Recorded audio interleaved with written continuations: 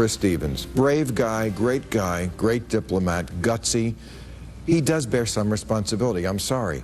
He put the trust in the local militias, and they turned on him. Another radical left-winger blaming, if you can believe it or not, blaming the victim in the Benghazi terror attacks for what has happened, all in an effort to save their golden girl, Hillary. We'll explain after the break.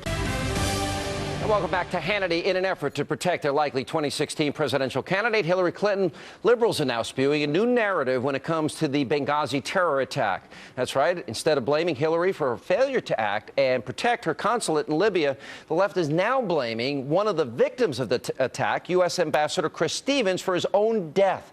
Watch this madness. Why were they not properly defended? And this report, in a way, is very sad because Chris Stevens, who was the ambassador who was killed, who was clearly a brave and honorable man, was also fallible and perhaps didn't ask for or rejected even some of the security.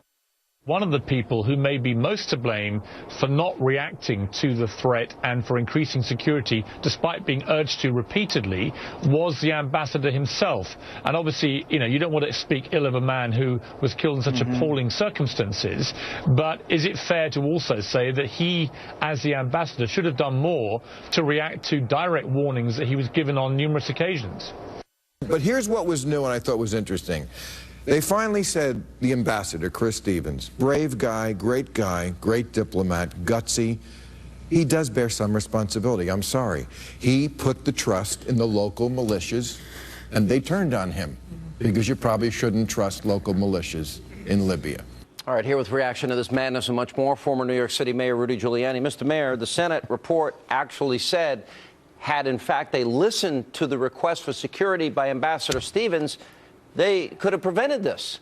I'm not sure what their interpretation is. I don't understand this trying to rewrite history. It flies in the face of all the facts. Not only Ambassador Stevens' request for more security, but numerous other requests over a 6-7 month period from other personnel connected to that mission and that embassy. There were numerous requests for additional security. There also were specific acts of terrorism, including one, I believe it was in June of that year, in which they blew a hole in the wall of the mission. Yeah. So I don't know. Numerous requests what you need by many people. I don't need. Yeah. I don't know what you need to wake you up and then having a hole blown in the wall. Obviously, the Secretary of State was asleep at the switch. She wasn't paying attention. She was trying to create a narrative of everything's working there, everything's fine, Al-Qaeda is no real problem. She wants Libya to be a success. After all, she had no successes as Secretary of State. Well, we also learned last week, Mr. Mayor, we learned that the day while the attack was going on, we learned that the military people that were meeting with the president knew it was a terrorist attack while it was happening. So, that whole narrative was one big lie that it was YouTube related, right?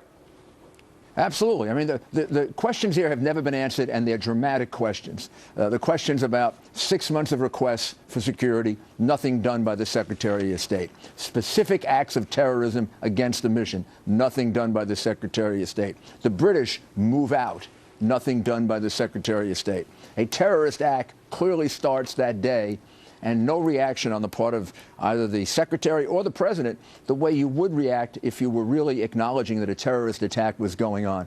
And totally inexplicable to me, we don't try to send our forces there, and the explanation that we get is there wasn't enough time. But of course, how would you know there wasn't enough time when the incident is going on? You don't know that an incident is going to be 4 hours or 24 hours or 50 hours. So there are so many unanswered questions, and unlike Chris Christie, who held a press conference, answered all the questions, held people accountable and fired them. No press conference, no answering questions, complete cover-up, and nobody's been held accountable for the deaths of 4 brave Americans. And now they want to blame one of those Americans. They want to blame the victim.